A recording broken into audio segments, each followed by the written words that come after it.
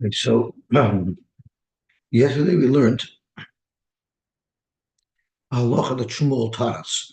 So halfway up on the Amud on New Testament base, Shmuel told us, "Rokuk eina mamayit b'chaloin," and the halacha was a chaloin allows tumah to pass through from one house to the next, but the chaloin, depending on what it's being used for, has to have a certain open area. Tosfos discusses if the chaloin was used to bring in light or if it was being used as a path to pass things through. But whatever size you needed, what would be considered something that would reduce its size? So Shmuel said, if you have a rocky, which is a like a pita that you put in the window, it wouldn't be Mamayit Chalaim. The reason is because eventually you're going to take that away. You don't intend to abandon it there. So Shmuel's halacha was a chiddush that only things that you're going to abandon there would we say is considered like it's partially closed in the window. But if it's something that you're going to use and remove from there, that's something that would not reduce the opening of the window. And the Gemara is challenging Shmuel. So we're going to go to Daf Chaf Amar Aleph, which is today's Gemara, and we're going to learn the next kasha the Gemara had. So I'm going to turn now to Daf Chaf Amar Aleph, Meisvei, about 4 lines from the top, because that's where we left off.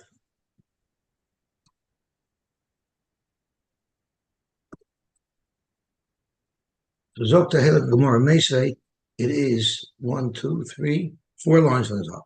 Asavim Shetolshim. You had grass and you tore them out of the ground. The Henichan B'chaloin, and you put them on this window. Or Sha'alu Me'alein B'chaloin. Or sometimes if a building is left for a while, it'll grow grass. I've been on roofs that there's literally plants growing out of the roof because over time moss builds there and it starts to grow things. Or matloinius, if there was a shmata, she'ein ben shalosh al shalosh, that doesn't have enough fabric, it's a small shmata. It's not 3-inch boys with 3-inch boys. Or the aver, or if there's a limb, an actual limb of an animal, basar, or meat, hamaduldolim behema, that are hanging off an animal, uvachaya uvaif, or of a chaya uvaif, shashachan b'chaloim, that were sitting there on the windowsill, or or a bird that decided to park itself in that window, or or a goy that was sitting in that window. Uben shmoina hamunach b'chaloim. In those days, a baby that was born in the 8th month was considered a nefel. So ben shmoina that was left there on the window, melach or salt, uklicheres or klicheres, the sefer Torah or sefer Torah, kulam mematin b'chaloim. All these items are things that if you left them on the window, we consider them abandoned, and we consider that enclosing part of the window. So on its face, many of these items that we just listed are definitely things that someone's going to be removing. Just take, for instance, a Sefer Torah. You're not going to leave that there. You're not going to abandon it there. Or a bird's not going to stay there. It's going to fly away. So the Gemara is going to challenge from this brisa, it seems, that even though the intent is that it's not going to remain there, it's still Mamayit B'chalan. Aval, however, Hashalek, snow, Ba'borod is hail, Ba'glid, Ba'kfar. So these are 2 types of ices. Kfar Rashi says is Greisland. I'm not sure what they are. Glid Rashi says is white ice that's not snow. So that's at least we have a clear explanation of what glid is. It's white ice that's not snow. Kfar, I'm not sure if anybody has an English art scroll. Rashi uses Greisland. I don't know what that means. It's frost. Frost. Thank you very much. So all these types of things that are on the window, which are going to dissipate on their own, amayim or water, kulon ein memayim b'chalon. They don't reduce the opening of a window. Now let's go analyze. The first item on the list that the Mishnah says is Mimayit B'chalain, or Hasavin, the Hasavin Chazul Behemtoi. You're not going to abandon grass there. You're going to use it because you could use it as animal feed. And for the Gemara, Bafrasta. It's some type of grass that's not good for animals. Rashi says, Husam hamovas lebein. This is grass that would be poisonous for an animal, so you're definitely not going to be removing it from the window to feed your animal. Okay, so then the Gemara analyzes the next type of grass, grass that grew out of the windows.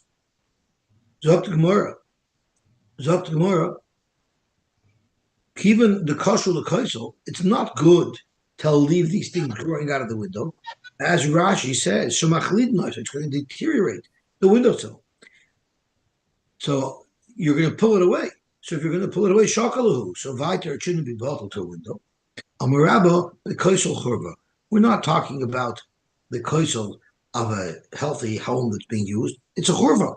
And the question still is whether tumah will penetrate that window. So if there's grass growing there that you're not going to bother removing because you don't care, that's going to be the mind.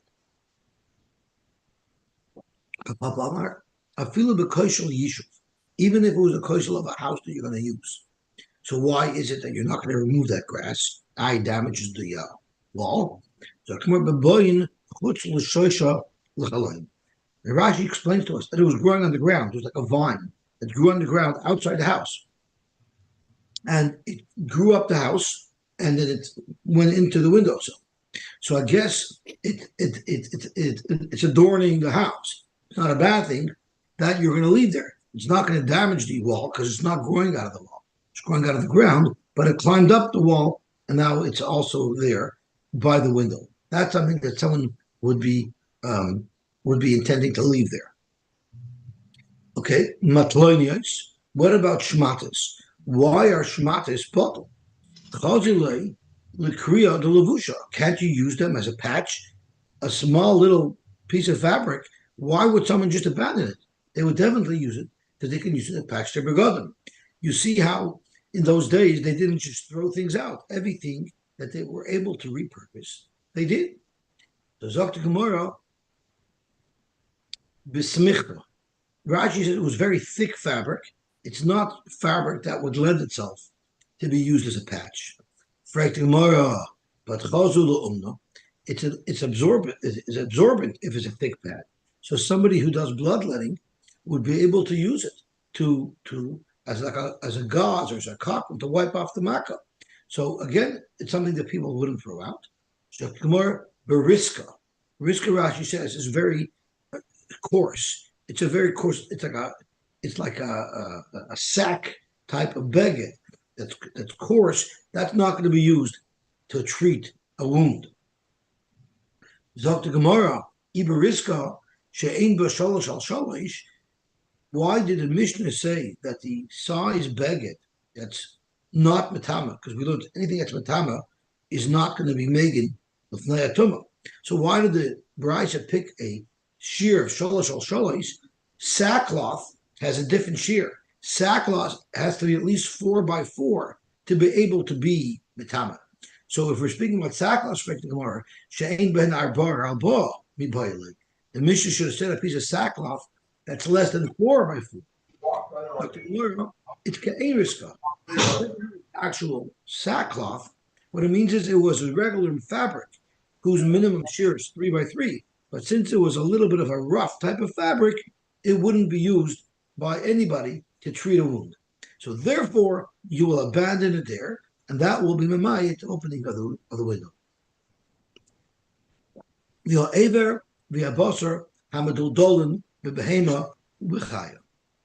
have a hanging aver that's connected to the animal that's on that windowsill. That limb's not going to stay there. The animal is going to just run away and, of course, take his limb along with him. And for the Gemara Bikshura, it's speaking about an animal that's tied down. Frankly, Gemara, you're not going to abandon an animal there. You're going to shech it, shachatla. You're going to shech the animal because you want to use it for its meat. It's speaking about a behemoth tamea that you're not going to shech. Frankly, Gemara, but you're still not going to abandon it there. Mad bin lo nenachri. You're going to sell it to a guy. And for the Gemara B'Klusha, it's a weak animal, nobody's going to buy it. So how about Pasuk, Shadi Lalaklavim? You'll cut off that hanging aver and you'll feed it to the dogs. There's value in feeding it to your dogs. You see, in those days, people had dogs. Zok the Gemara. Kivan, the Ikar Tsar Balachayim, it's very painful to just chop off, even if it's an aver that's hanging, it's very painful to an animal to chop it off. He's not going to do that. So it's just going to be left there. Okay, now the Gemara goes on to the next case. V'oif sheshachin b'chaloin. Frank, the Gemara parach v'azal, it's going to fly away. It's not going to remain there. And for the Gemara b'kosher, speaking where it was tied there. Frank, the Gemara in shachatle, if you can catch it, it's tied down. Why don't you shech it and eat it? It's a tame. Frank, the Gemara mazbin leilu, let him sell it to the nachri. So the Gemara b'kalnisa. You know what type of animal it is? It's a kalnisa. Rashi says kalnisa oif kochush moed. It's a shvacha bird. Nobody would be interested in buying this shvacha bird. But he can still give it to his child. It could be like a toy for his child. It scratches. It's dangerous to give it to your child. It could scratch him and hurt him. So tomorrow, what are you talking about? Kalnisa is such a shvacha bird. It's such a harmless bird. Loy misarta. So Viter, give it to your child to play with. Zaktamarka and Kalnisa. No, we don't mean it's a bird that's so schwach that poses no danger to a child. We're talking about a bird that could still pose a danger to a child. So you see, we're literally twisting ourselves into a pretzel to find the case. From oif being b'mai pechaloin, it's now limited to only a certain type of oif that happens to be tied down. We're very much limiting the scope of oif that the Mishnah says in b'mai pechaloin. Now you might wonder who's playing with birds. There's a very famous saying that we find in Hilchos Shabbos that psik reisha v'lo. If you do something, even though you don't intend to do a malacha, but what you're doing is inevitably going to be a malacha, such as if you can chop off the head of an animal, it's for sure going to die. So even if you're chopping off the head for any other reason, even if you don't intend to kill the animal, but that's called like you killed the animal because it's called psik reisha.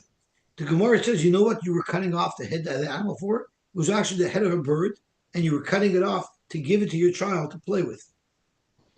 That was their version of tennis balls. They must have been a tough group of kids. If for tennis balls they used the decapitated head of a bird. So you see, birds were an important toy in those days. We have big birds, but they had little birds.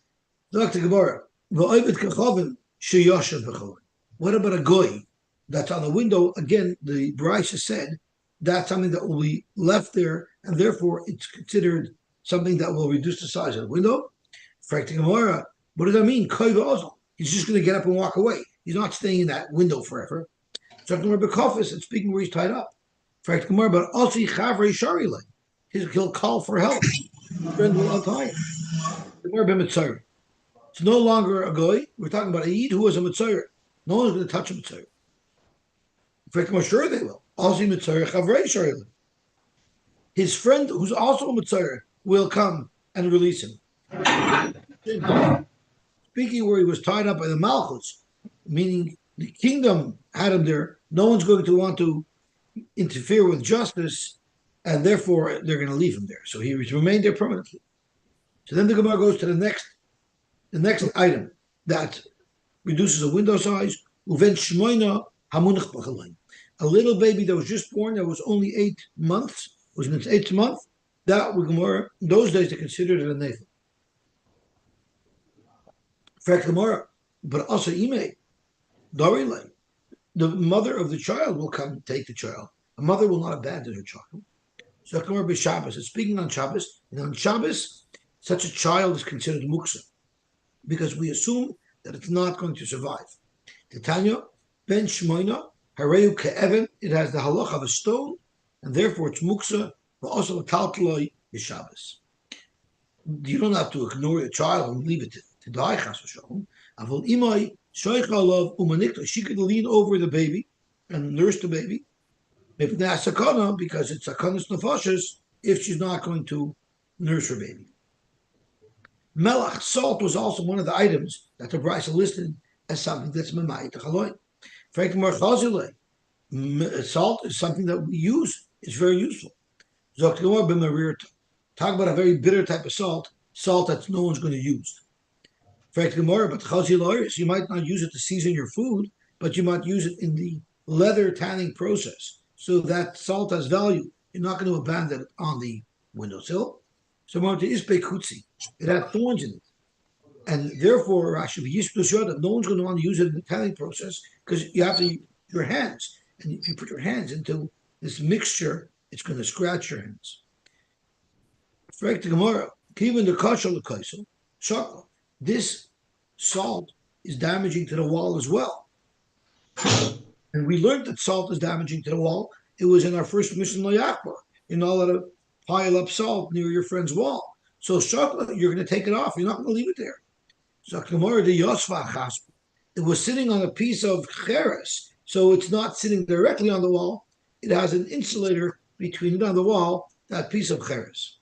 Kaspa gufa techutz. The kaspa itself is separated so that now this melach should not be bottled to the wall. So once again, how is it being mamayit from the halal of the wall? So turning on top of base.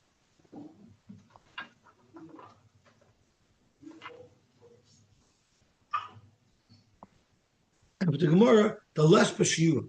It's a very small piece of cheres, and therefore we consider that it's not there. What is the shir of a cheres?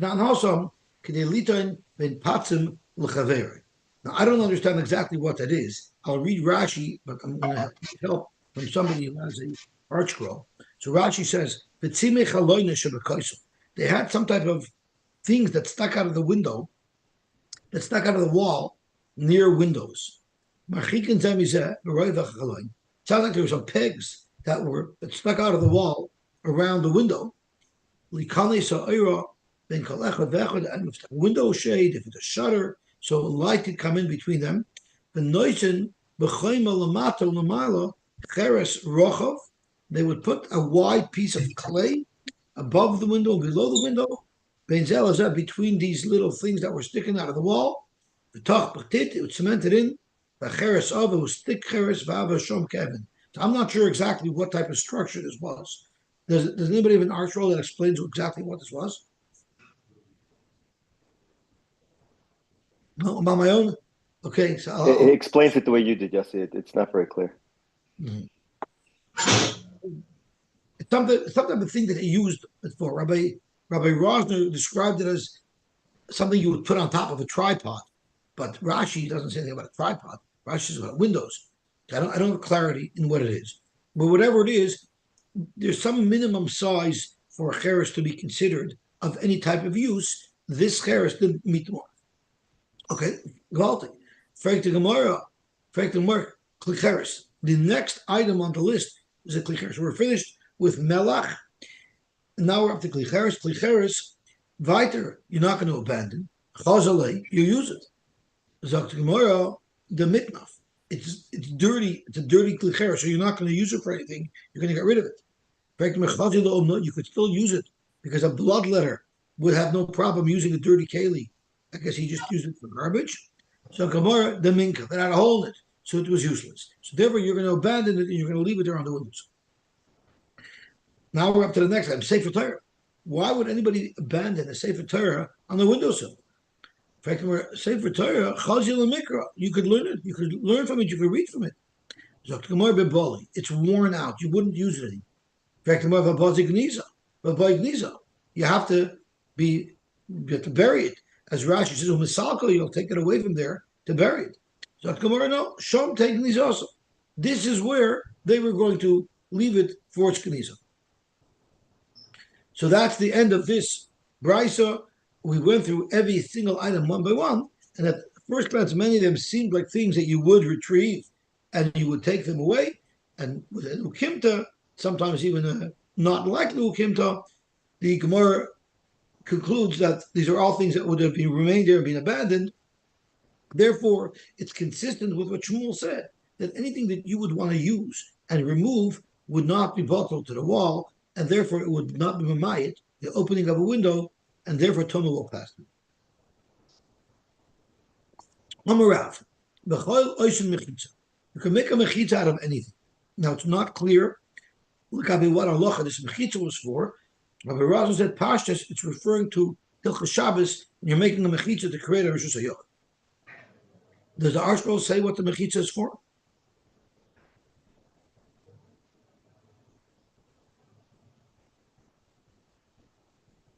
No. No, that's okay. You cannot use salt to build a wall out of, and you cannot use fat to build a wall out of. And Rashi says very simply, melech won't stay in one place; it'll blow away. The harevev nitach, and fat will eventually dissolve when it gets warm, and then there goes your wall. So therefore, those aren't partitions because they're not going to last very long. Shmuel Omer, and Shmuel says, afilu melech, you could make a wall out of a pile of salt. Amr Papa, v'loi pligi. There's no machalekes. It depends on what type of salt you're referring to. Ha b'melach sedoimis, ha b'melach ist terekunis. And Rashi says, melach sedoimis is ava ukasha to Evan. That's hard and tough. That could remain strong, remain as a wall. We know that Lot's wife is still a wall of melach sedoimis, and the istrakunis is softer salt that would fall away and wouldn't retain its form as a wall. Okay, Gavaldik. Now that Rabbah said that you know how you could make a tzuris of Pesach to indicate the opening of a mavui, because we know in order, if you made a shituve mavuyos, in addition to that, you need to make a heker, so when people come from the Rosh Hashanah into the mavui, or vice versa, they know they're transitioning from a Rosh Hashanah to a Rosh Hashanah. You have to make a lechi or a kari.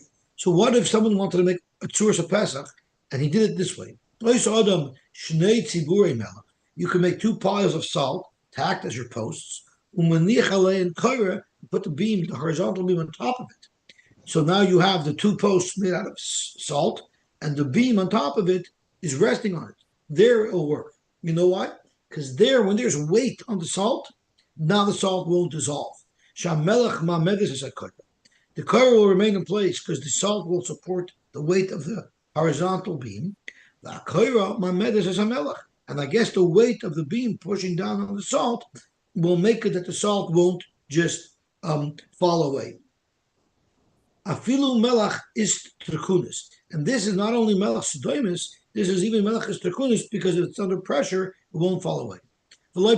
And this is not shver with what we said a moment ago, that you cannot make a wall out of salt that's istrakunis, because when there's weight on it, the beam pushing down on the salt, that will keep the salt in place. But if there's no weight on the salt, it's just a wall out of salt, that salt's going to fall away and it will no longer be. Dr. Gemara, back to our original Mishnah of how far a rechaim we learned creates a vibration. Therefore, you have to keep it away from your friend's wall. So Dr. Gemara, machikin is a rechaim gimel menashechev, 3 tvachim away from the bottom stone of the mill, the stationary stone of the mill, which is bigger. Shenar bo minarechev, which is 4 tvachim away from the upper stone, which is smaller. So therefore, when you're 3 tvachim away from the shechev, by definition, you're also 4 tvachim away from the rechev. My time, what is the concern of having a mill near someone's wall? It creates vibration, and the vibration is going to damage his wall. For the Gemara about Tanya we learned, V'shel chamor shloisha minha istrubel. If you have a rechaim that you put on the chamor, I'm not sure. Oh, so if it's a rechaim, that I guess a chamor would be connected to it, and the I'm assuming it's not instead of like a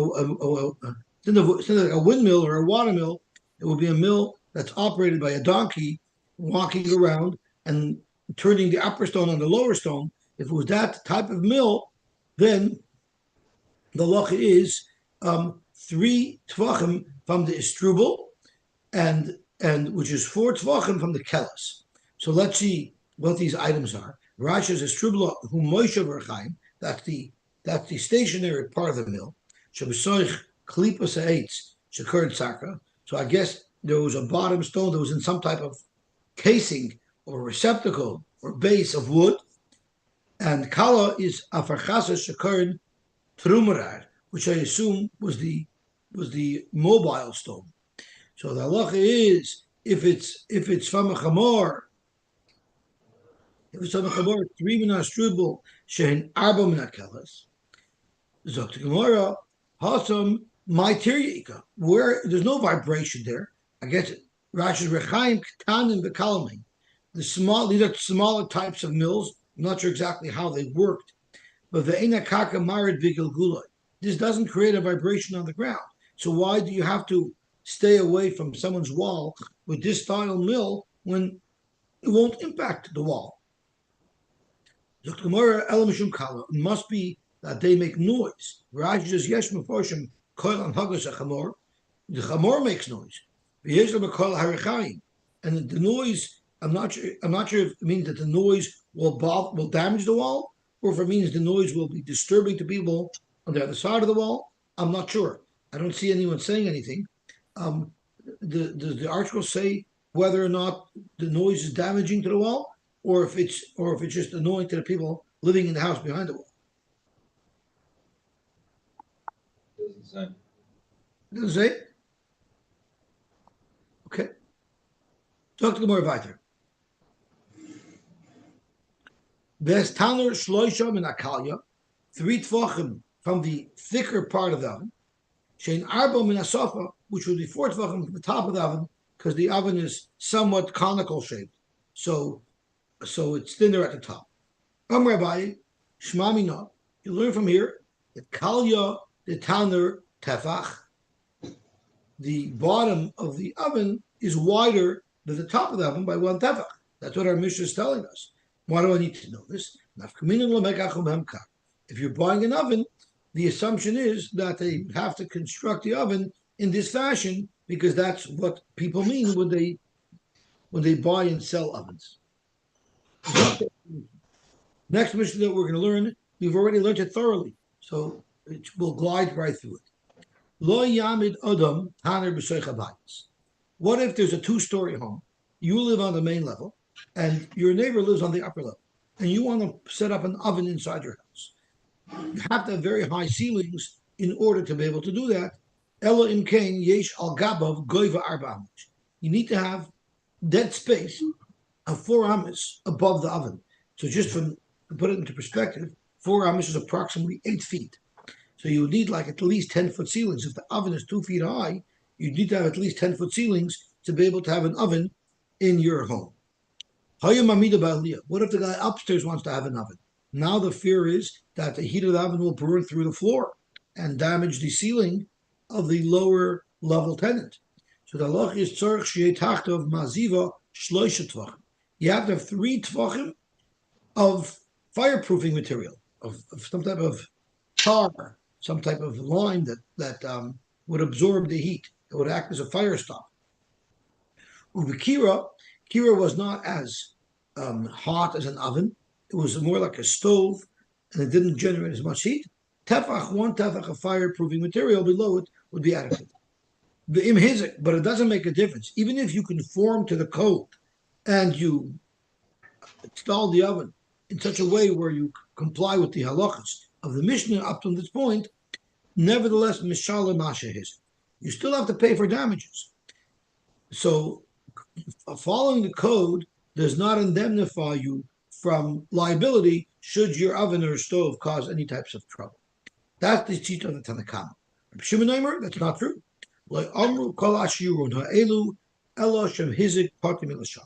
If you stick to these guidelines and you install it properly according to code and it causes damage, you're considered innocent because you've taken every possible precaution and you would be potter to pay.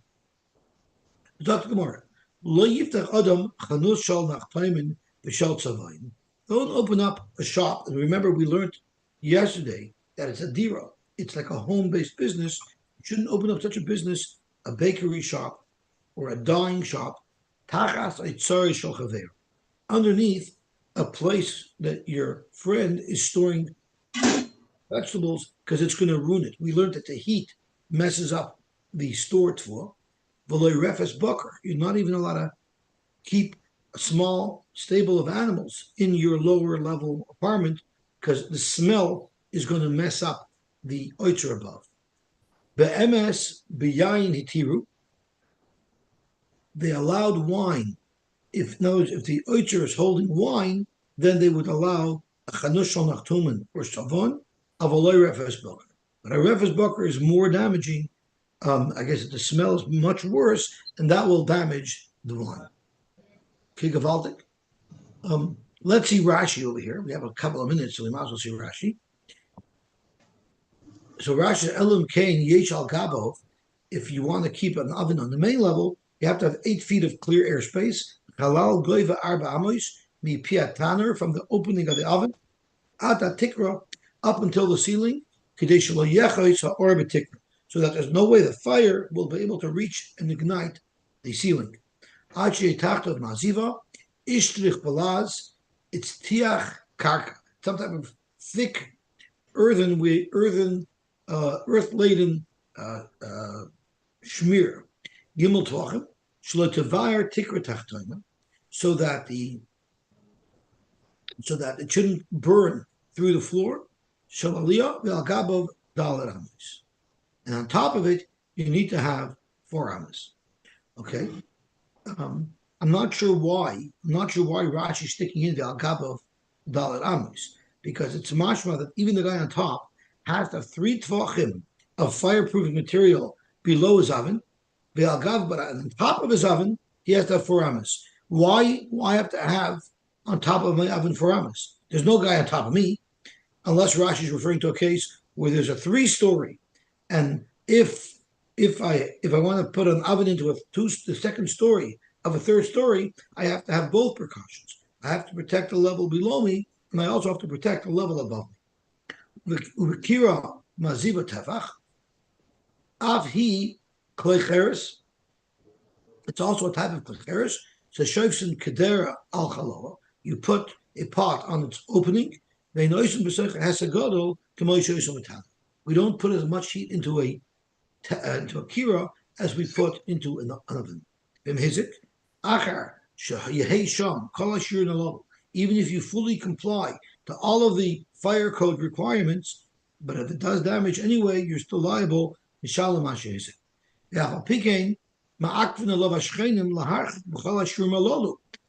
I might say, listen, if I have to pay for any damages anyway, I'm not going to take all these precautions because regardless, I'm going to have to pay. So I'm going to just use it without any type of protection.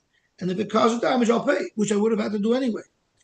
There's still a lot of forcing to comply because I don't want the trouble of burning my house down and then you'll pay me. So therefore, we're allowed to demand as neighbors that you comply with the fire code. But nevertheless, if damage occurs, you would have to pay anyway. Shema yadlik potein vein loy mal l'shalom. I'm concerned, you'll be chayiv to pay if something happens. But what if you don't have money? So I'd rather you just comply so that the chance of damage occurring is minimal. B'yayin hitiroi, imhaya oitzer shel yayin, hitiroi levtoich tachtav chanushel nachtoimen utzavoin sheina oshan kosher yayin. The oshan, the smoke, won't hurt wine. So therefore, if the oitzer is an oitzer of wine, you're allowed to open a bake shop or a dyeing shop beneath it of a loy refes boker shehareach kosher, because that smell is going to mess up the wine. Zok to Gemara. V'atanya we learned. The Tanner arba, and Tanner needs 4, uvekira shloisha, and the kira only needs 3. Amar Baya kitanya hi bin nachtunim, talking about the ovens of nachtoim, the Tanner didon kikir de nachtunim. So you need more fireproofing material below the Tanner, a professional commercial grade Tanner, than you would need for a regular home Tanner. Their kira, which is normally has less heat, their kira needs the same protection as our tanurim need. Well, yiftach chanush. You're not allowed to open up a chanus underneath a base oitzer. Tana we learned, Hoysa refes koidemes loitzer. What if the refes came before the oitzer? Then it's mutter. And if you remember, the Gemara yesterday used this as a raya that a makam dira is different because the only time in our parak that the Mishnah makes an exception to me doing something near your wall or near your property that can cause damage is only by the refes. When we discuss the other cases in our Mishnah, you're not allowed to have moist things or salt or other things near a wall. It doesn't say if you were first, you can keep it. Because in all those cases, it's nasada. You don't live there. Therefore, regardless, you would have to remove it even if you were there first. But in the case of Dira, there, what happens if it wasn't, we want to determine what was first? Well, what is considered making an oitzer? If it's ready to go and you already have the pairs in there, surely that's an oitzer. But maybe I can designate the property, the upper guy can designate the property as an oitzer before it's fully operational. Would that be enough to say I was here first, therefore you could not make a big shop below me? What if I just cleaned out that upper level in preparation to make it to an oitzer? As Rashi says, I set it up already, but I didn't actually fill the oitzer yet. Before he opened up his chanus. So who came first? Mi hava kikoidim la'oitzer. Do we say that the guy downstairs opened up his shop before the oitzer because he didn't actually bring in the products that he was going to store there? Even the kibbutz rebates have a kikidim oitzer. Since he was doing his renovations to prepare to make it into an oitzer, that's considered like the oitzer was there first. Now, how about Riba Bakaloina? She made extra windows. Rashi says when you're making a base oitzer, you can make more windows. Why? Because it's also she aver you want to have more air that will prevent the tfuah that you would be storing there from rotting. So this also is like a preparation to make something into an oitzer. Achsadra tachas oitzer now. What if there was an achsadra tachas an oitzer? I guess it's open, so maybe the ocean wouldn't cause so much damage. Or bana aliyah al gabe beisema. What if you built an aliyah? You built a full aliyah on your house. So Rashi says, how you live no sham loiter. The norm was when someone built an addition and he built a second floor for his house, generally that was built for an oiter. Now, if just adding windows isn't enough of a proclamation that this is now a base oitzer, how about if I built a whole new floor? If I built a special second floor just to house my tvua, is that considered have pre-established the oitzer, or no, till it's already stocked with the fruit, it's not considered an oitzer. So these are the shilas ma'azot Gemara take them.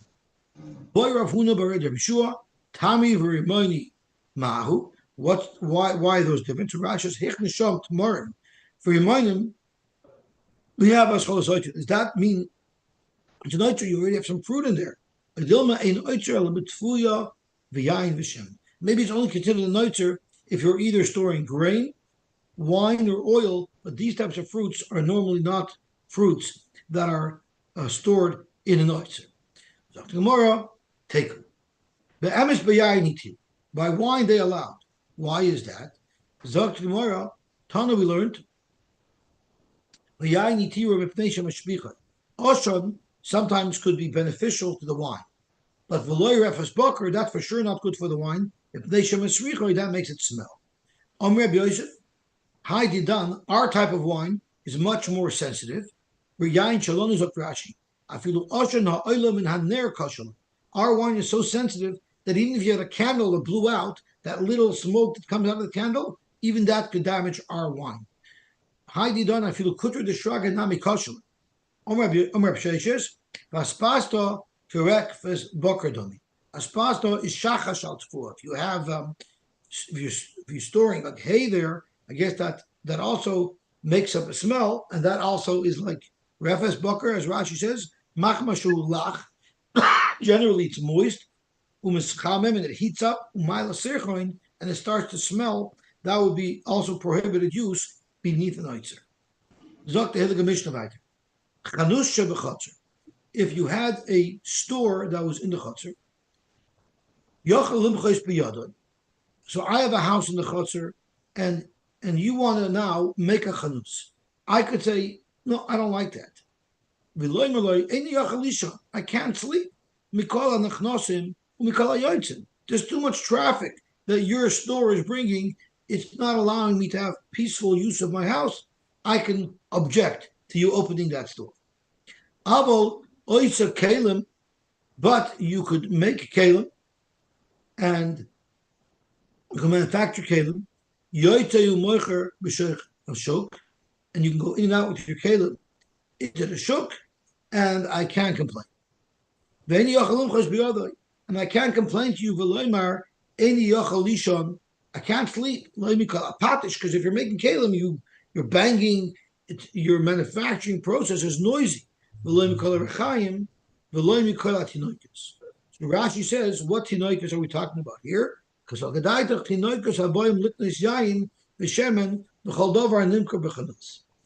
is going to be a little bit difficult, because at the beginning of the Mishnah says I'm allowed to open up a store, and I'm sorry, it says I cannot open up a store.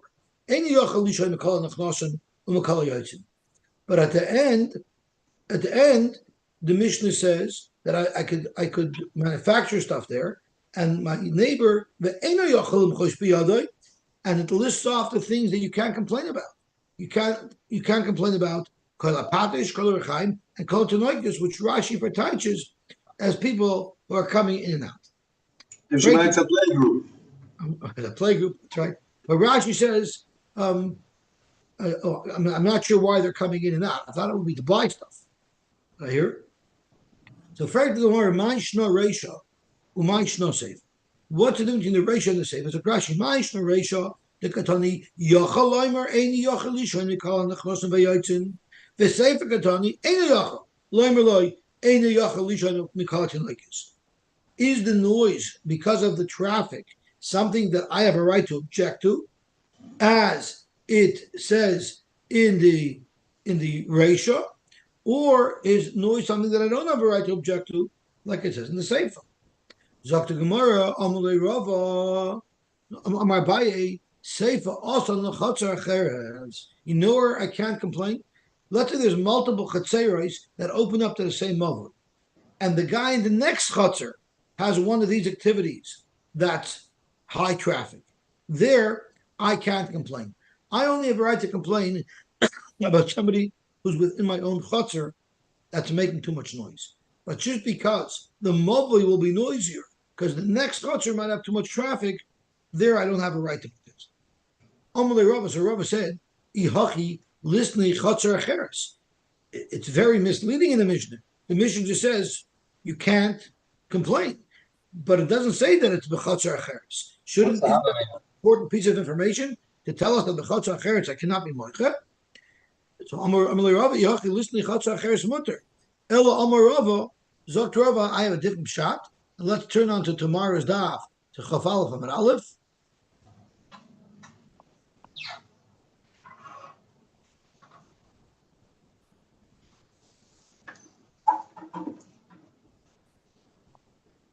Sefer Asan, L'tinoik Yeshil B'Sirabah. You know who I can't complain about? Ziza Kindelach is coming to learn in Torah. And Rashi says, "Yeah, well, gav the koil, abo machmas acherin, lemotzet mechuye." Even though normally I can't be moicha, Oh, in the Sefer V'Geret, but you know, B'Sirabah, Rabban, I could be moicha. It says. No, I'm getting mixed up. Let's see what the Mishnah says. The Sefer is Tinoka Shal B'Sirabah, and what does the Mishnah say? In the Reish, the Mishnah says that I could be moicha, And the Sefer says that I can't be Meichel. Right? So the Sefer is speaking about Tinoike Shobis Rabban. So by Tinoike Shobis Rabban, that noise you can't be Meichel. Stump traffic, I could be Meichel. Okay? Oder bei COVID, wenn man macht die Geduren in der Haus. Say that again. Bei COVID, wenn man gemacht die Geduren in der Haus, they didn't go to school, they went in the people's basement. That wasn't noise in the Tinoikis. That was music. That was beautiful music. Okay, gewaltig. Everyone should have a wonderful day, a successful day, a bracha day, a mazel day. Right.